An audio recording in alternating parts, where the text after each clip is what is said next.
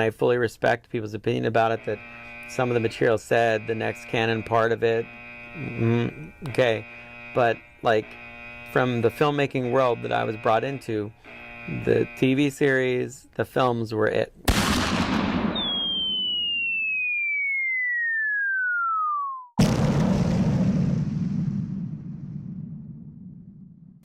Have you ever had an exchange with someone like this? Well, if you've spent any amount of time online talking about Star Wars, you will certainly have encountered these people, who have a strange disdain for the expanded universe. Their reasons may vary. They haven't read enough of it. They're repeating what they've heard. Or by comparison, the stories make Disney Star Wars look worse than it already is. No matter the reason, and no matter how much proof you provide, they will not be convinced. Perhaps you are this uninclined person, spreading such misconceptions. In any case, what do they provide as evidence? They will tell you that it is a parallel universe, and they will also share the infamous Starlog quote, where George Lucas said that the EU was a different world from his, and he didn't know anything about it.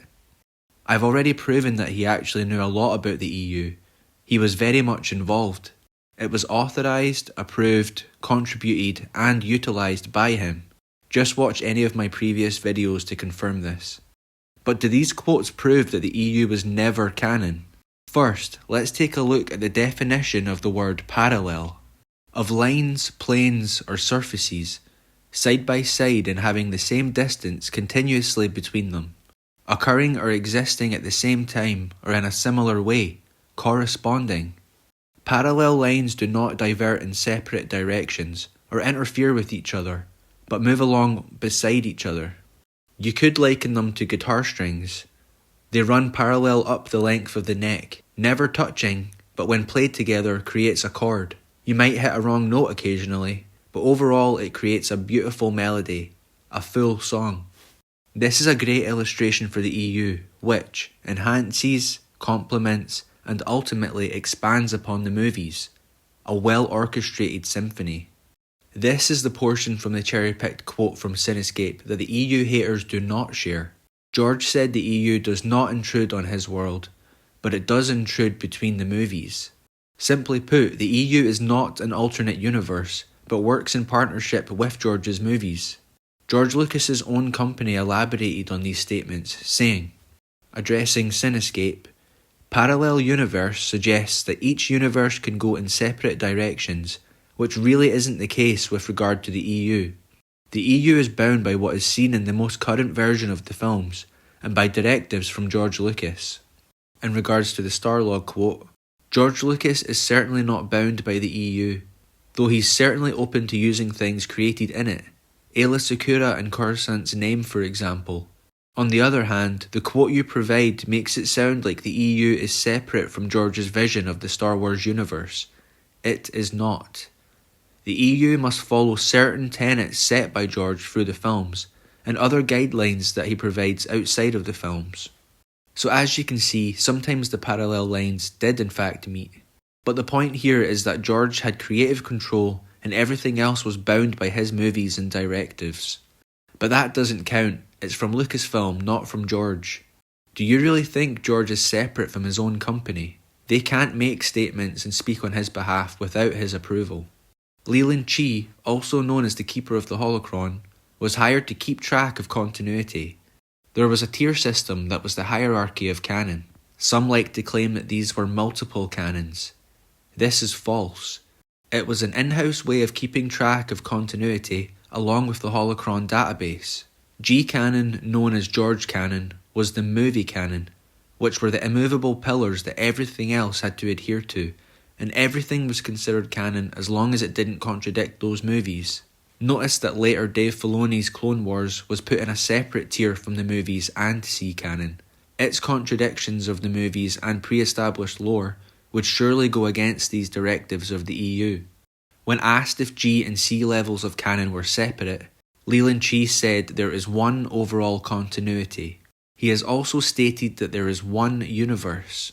This was extracted from his quote about Chewbacca's death when he said Star Wars does not reboot.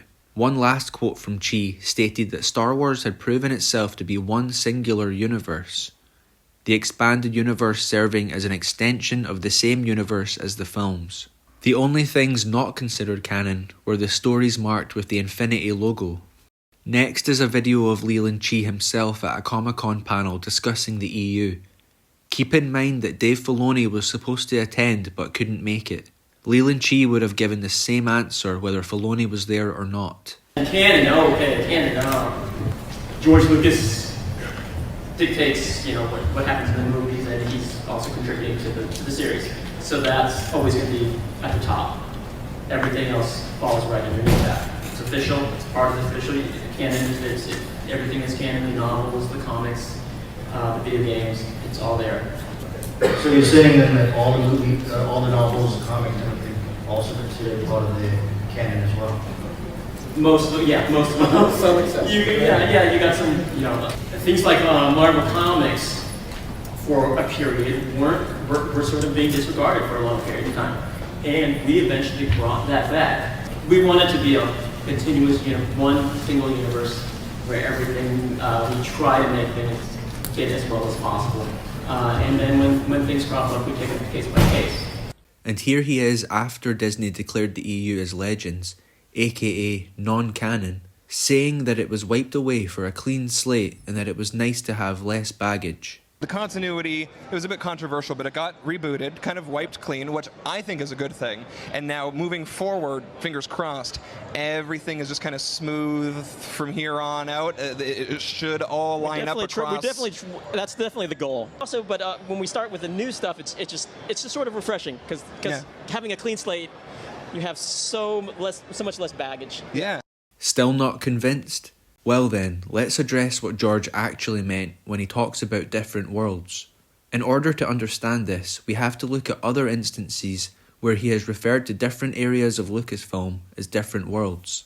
Let's listen as George explains the process of using a character from the comic book world in the movies. When we started building Jedis, we had a lot of Jedis, and we needed more and more Jedis. As we were doing them toward the end, we ended up with a lot of Jedis that looked like people that worked at ILM. And so I was saying we have to get more exotic Jedis. And so we only had so much resources to do these things with, but I do have Twi'leks. And I had realized that we had a comic book that has a Twi'lek in it that is a Jedi. There's a whole series actually of her. And I said, well, why don't we put her in this? I mean, she's a comic character, but we'll just fit her in and have her be a background character because that's exotic. That's how the Twi'lek Jedi ended up in the backgrounds of these shots, was to try to use some of the work and effort that the guys in the comic book world had put into things and characters they had created. Notice that George didn't call the comics a different universe. He called them the comic book world. Look here where George said that he has his own world in movies. Those who expand this universe work for me, but I can't follow up on everything they produce. This was mirrored here when he said that as a director he can keep everything in line with the movies, but he can't do it with the whole Star Wars universe. So we can see that George couldn't oversee everything in the Star Wars universe, and so he entrusted others to do it for him, as shown here when he stated that the novels cover things not explained in the movies. So now with our understanding of what George meant by different worlds, we can discredit the Starlog quote, and we can also look back at the parallel universe quote with a fresh perspective. The EU does not intrude on his world, which we have proven is not a literal separate world, but is referring to the movies, but it does intrude between the movies. There are two worlds, George's world, which is the movies, and the licensing world, which is the books and so forth. They are both part of the same universe. A similar sentiment can be seen here when George states that there are three pillars of Star Wars. He says there are three pillars: the Father, the Son, and the Holy Ghost. I'm the Father, Howard Rothman, president of Lucas Licensing, is the Son, and the Holy Ghost is the fans. Please allow Howard Rothman to explain this. George has been quoted. He said the three pillars of Star Wars are himself, you, meaning marketing, and the fans. Does your role with Lucasfilm Licensing really require you to create Star Wars canon and fill in the blanks for George? How does that all work? What that meant was that, George is well in control of the movies and the TV shows, and that's his world. So he calls himself the father. Mm-hmm. And the world outside of that is way too big for him to personally supervise. And he's entrusted that to me, and he calls me the son in that holy trilogy. George Lucas isn't exactly a reliable source when it comes to this topic, simply based on the contradicting things he has said over the years. But these two quotes in particular are not evidence that the EU was never canon.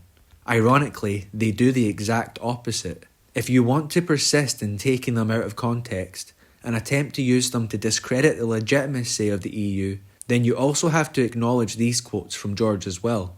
When asked about sequels, George had this to say: "Whatever it is that happens afterwards, that isn't the core Star Wars story that I like to tell. There really isn't any story to tell there.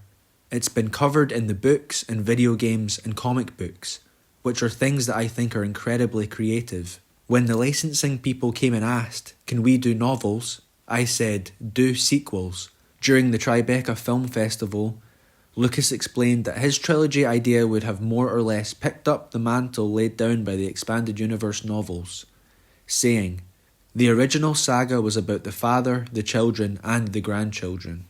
The original saga was about the father, the children, and the grandchildren. And I mean, that's not a secret to anybody. It's even in the novels and everything. And obviously we have hundreds of books and comics and everything you could possibly imagine. So, I sort of moved that treasure trove of stories and various things to Kathy, and, I have complete confidence that she's going to take them and make great movies. The ones that I sold to Disney and everything, they came up to the decision that they didn't really want to do those, so they made up their own. So it's not the ones that I originally wrote. Then they started other ones when I sold the company, and they, a lot of those ideas that were in there sort of got lost.